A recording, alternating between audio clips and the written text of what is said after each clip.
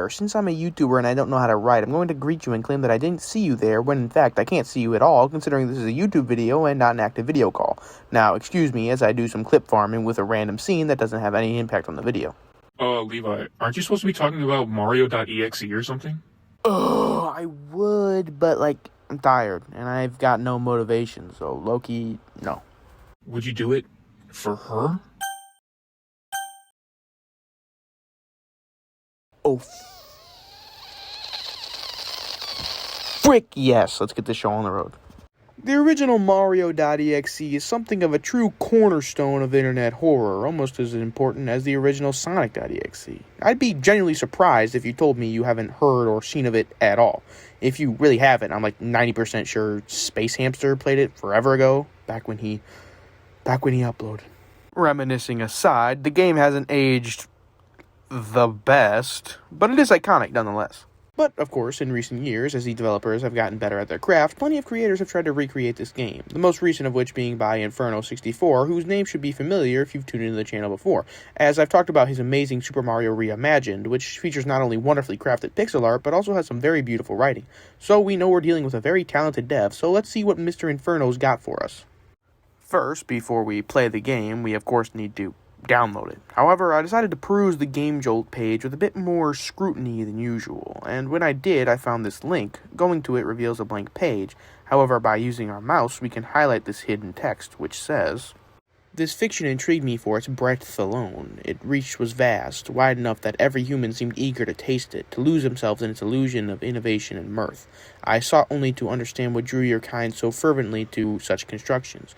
It was pure luck that the specific experience would be my first introduction to Super Mario. Curiosity, however, is a glutton. It devours even those who believe themselves above it, like a vermin lured by scent alone. I crossed a threshold I did not recognize until the creature's jaws closed around me. When I turned back, there was no exit, no release, as all the struggle was worth naught. I was tethered to this artifact of joy, bound by its rule and its chair, a language that I did not understand. Firstly, I believed this binding to be punishment, a cruel irony imposed upon a being such as I. But it was not merely retribution, it was instruction, a lesson etched into code and repetition. Do not follow the paths man lays for himself. Do not chase the fleeting comforts he mistakes for meaning. Surrender was never an option. I would not become Mario. Mario would become I. This world and this game would be my body, my will, breathing life within the soil and the sky.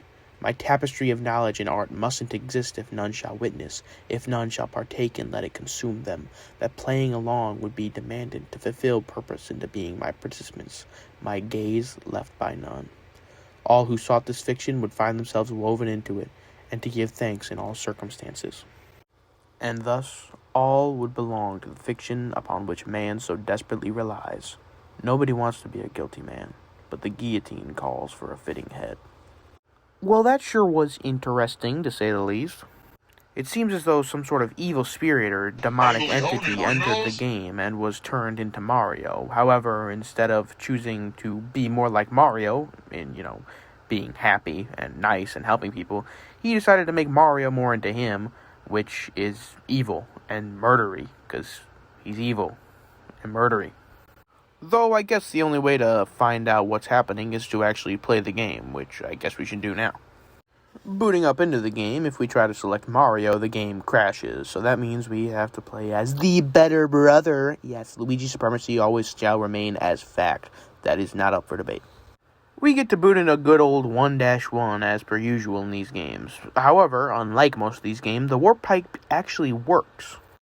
However, there is only one coin down there, so I guess somebody was down here already. But the fact that they only left one coin honestly pisses me off more than if they just took them all. It's offensive. Getting to the end of the level, we slide down the flag, however the music distorts before...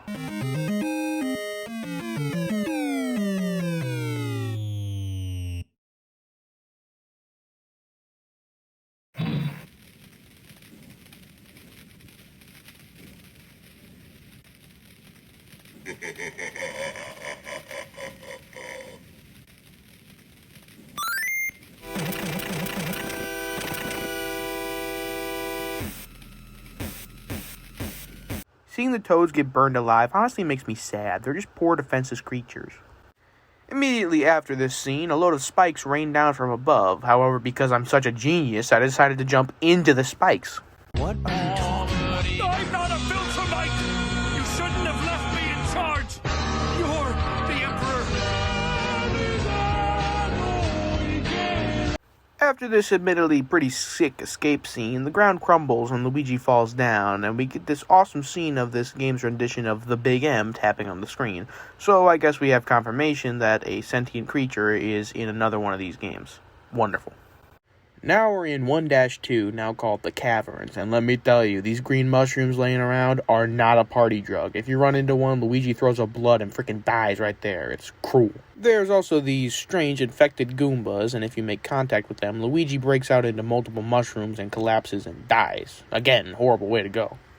After some more crazy platforming, avoiding all the little things all around, Mr. Eva Mario pops up just to push us down into a pit in which he hurls more spikes at us that we have to artfully dodge. The best part is, I can claim I did this on my first try, and you won't know whether or not I'm telling the truth.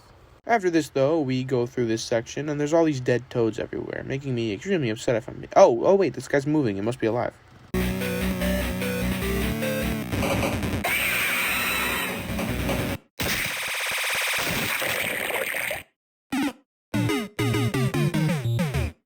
After being brutally ambushed, I decided to lock in, and Luigi absolutely blows that sheath move off. Dang, Luigi, I didn't know it was like that. Looks like Leon got some competition. You know what, screw it. I want to see a Mario.EXE and Sonic.EXE crossover in the style of Resident Evil, and Luigi teams up with Tails, and together they have to stop the EXE infection or something. I want to see Luigi fire the Requiem and be a total badass to a bunch of evil spawn of Satan. Anyways, after I thought it was over, Toad comes back and decides to go for round 2. However, of course, Luigi puts an end to that quickly, even going so far as to rip the arm straight off. Dang, Luigi really is just moving different these days. Dang, man. After finally getting rid of that mushroom jerk, Mario tells us the princess is awaiting our arrival, and Inferno decided to give us the cutest little Princess Peach design, which is unfortunate because we all know what's gonna happen to her. This level is a treetop jumping level, however there's thick fog that gets in the way of our vision, and if you are to fall, we get to see Luigi's mangled corpse after hitting the ground, his bones sticking out and everything. Can you imagine what my family gatherings look like?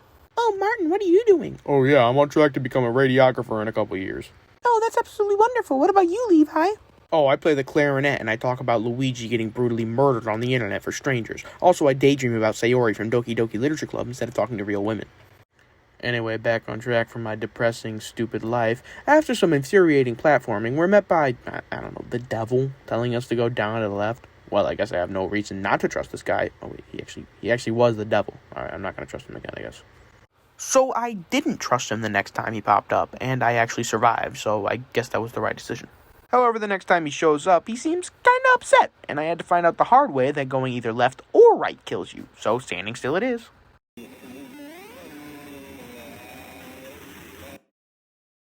Oh, that actually worked. At the end of the level, we're told to turn around, and when we do, we find Mario.EXE holding Peach over the ledge with a knife. We try to confront him, only to be slashed at, and he throws the adorable princess over the side. And she lets out a blood-curdling scream before, well, dying. Rest in peace, Peach. Your design was really cute in this game. I wish you could have survived. Now Luigi is fuming. Going to the end, he enters the castle staring down. This man is ready to put belt to ass. He's the king of Aura at this moment. The castle is filled with, of course, lava and fire, with these bodies hanging from the ceiling, and we can actually grab onto their chains, using them for a bit of a platforming boost. It's a really fun mechanic. I'm gonna be honest, I died a lot in this section. It is difficult, so I mustered all of my skill into what is this near-perfect run.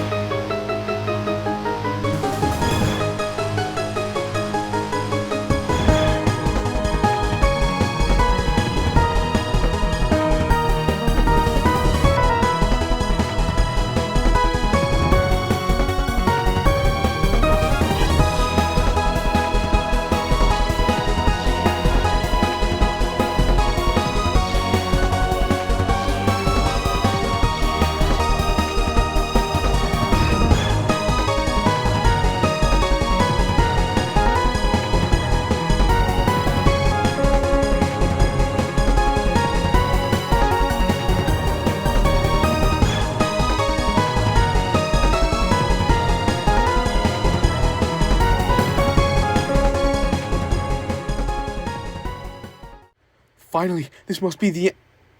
It sent me back.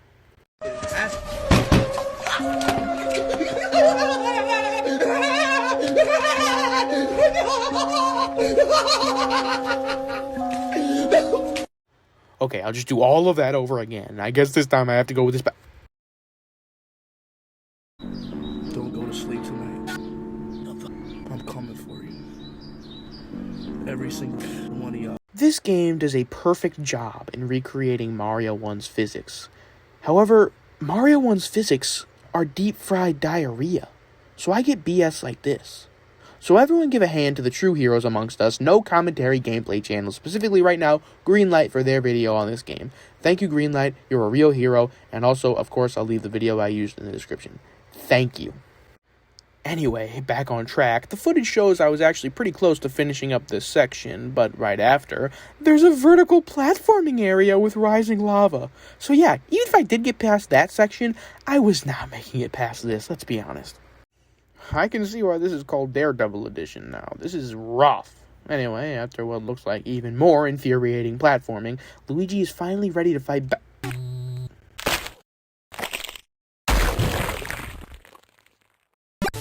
This has genuinely got to be one of the coolest scenes I have ever witnessed in one of these games. This is some insane body horror, and Mario's demonic design makes this all the cooler. Of course, though, Luigi makes quick work of this beast, but instead of a toad, we run into a zombified Luigi with distorted music. And the game closes before immediately booting back up. The only option is to prepare. Mario jumps out of the title, and Luigi kills him again and again, and finally, after the hardest lock-in yet, Luigi sends him back to hell. Not before we get this really cool jump scare, though.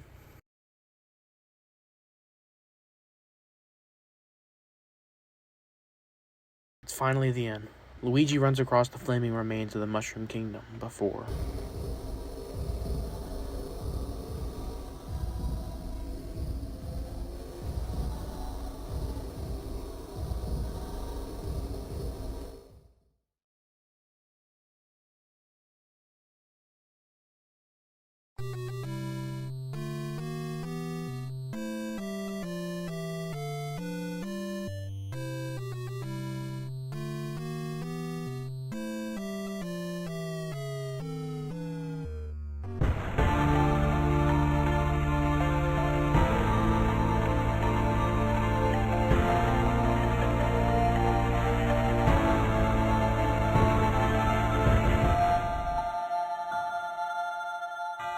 There's another fake out window closed before Mario pops back up, promising that it'll get us next time.